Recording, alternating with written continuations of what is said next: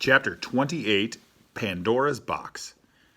On Monday, the day that Phoebe was supposed to give her oral report on Pandora, she was a wreck. When Mr. Berkway bounded into the room, Phoebe said that her heart was hurting and asked if she could see the nurse. Mr. Berkway said, "Why don't you get started with your report, and if you don't feel well in a few minutes, you can stop and go see the nurse." "I'm not malingering," she said. "Malingering? What a magnificent word," Mr. Berkway said. Phoebe was afraid of Mr. Berkway. She was completely convinced that he was a murderer. Her hands shook as she picked up her notes and walked to the front of the room. She looked around. Beth Ann was filing her nails, and Mary Lou was smiling at Alex. Ben was busy drawing his cartoons and passing them to anyone who would take them. Several people were yawning. It was not an ideal audience. Phoebe began in a quivering voice. "For some reason, Ben already talked about my topic, Pandora, when he did his report on Prometheus," she said. She seemed relieved that Prometheus came out correctly, and not as porpoises. However, Ben made a few little mistakes about Pandora. Everyone turned around to stare at Ben. "I did not," he said. "Yes, you did," Phoebe said. Her lip trembled. "As I was saying, Ben made a few tiny little mistakes about Pandora. Pandora was not sent to man as a punishment, but as a reward." "Was not," Ben said. "Was too." Mr. Berkway said, "Phoebe, if you please."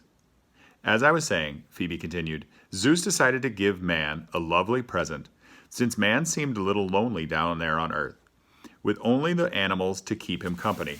So Zeus made a sweet and beautiful woman, and then he invited all gods to dinner. It was a very civilized dinner with matching plates." Mary Lou and Ben exchanged an eyebrow message. At this civilized dinner, Zeus asked the gods to give the beautiful woman presents to make her feel like a welcome guest. Phoebe glanced at me. They gave her all kinds of wonderful things, a fancy shawl, a silver dress, beauty. Ben interrupted. "I thought you said she was already beautiful." "I know, they gave her more beauty. Are you satisfied?" Her lip was no longer trembling. Now she was blushing. "The gods also gave her the ability to sing, the power of persuasion, a gold crown, flowers, and many truly wonderful things such as that. Because of all these gifts, Zeus named her Pandora, which means the gift of all." Her heart attack was apparently subsiding. She was getting into it. There were two other gifts that I've not mentioned yet. One of them was curiosity. That is why all women are curious, by the way, because it was a gift given to the very first woman. Ben said, "I wish she had been given the gift of silence." "As I was saying," Phoebe continued, "Pandora was given curiosity. Here was one more gift too.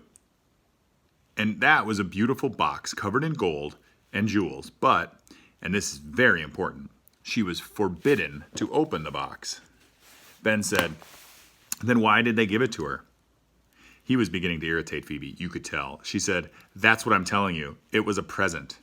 "But why did they give her a present that she couldn't open?"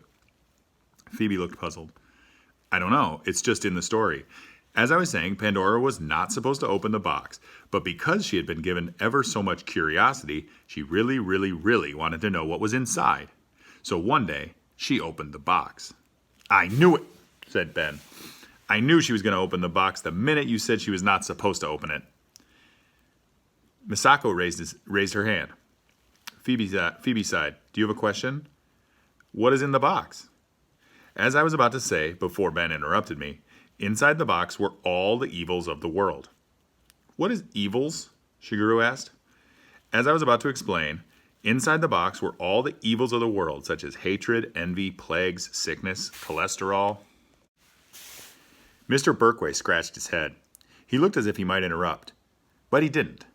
Phoebe continued. "There were brain tumors and sadness. There were lunatics and kidnapping and murders." She glanced at Mr. Berkway before rushing on, "and all that kind of thing.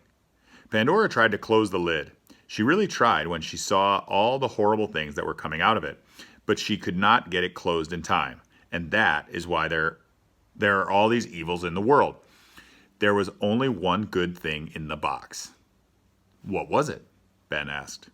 As I was about to explain, the only good thing in the box was hope. "What is hope?" Shiguru said. "Hope," Phoebe said. Hope is hope? It's hoping that, hope is a little hard to explain. Try, said Mr. Berkway.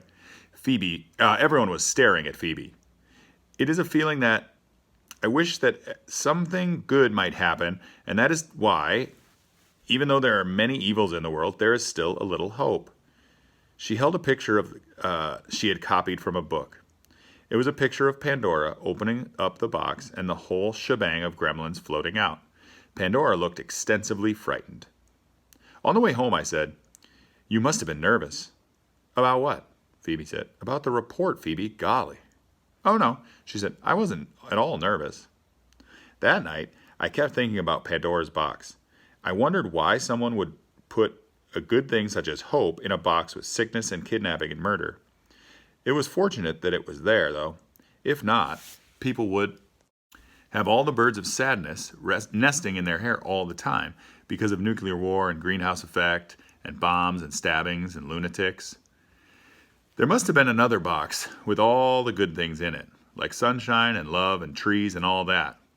Who had the good fortune to open that one? And was there one bad thing down there at the bottom of the good box? Maybe it was worry. Even when everything seems fine and good, I worry that something will go wrong and change everything. My mother, my father, and I all seemed fine and happy at our house until the baby died. Could you actually say the baby died, since it never breathed? Did its birth and death occur at the same moment? Could you die before you were born? Phoebe's family had not seemed fine. Even before the arrival of the lunatic and the messages and the disappearance of Mrs. Winterbottom, I knew that Phoebe was convinced that her mother was kidnapped because it was impossible for Phoebe to imagine that her mother could leave for any other reason. I wanted to call Phoebe and suggest that maybe her mother had gone looking for something. Maybe her mother was unhappy. Maybe there was nothing Phoebe could do about it. When I told this part to Graham and Gramps, Gramps said, "You mean it had nothing to do with Phoebe?" "Right," I said. What Phoebe didn't know was that it had nothing to do whatsoever to do with Phoebe. Graham and Gramps looked at each other. They didn't say anything. But there was something in that look that suggested that I had just said something important. For the first time, it occurred to me that maybe my mother's leaving had nothing whatsoever to do with me. It was separate and apart. We couldn't own our own mothers.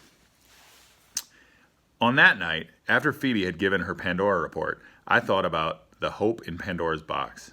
Maybe, when everything seemed sad and miserable, Phoebe and I could both hope that something might start to go right.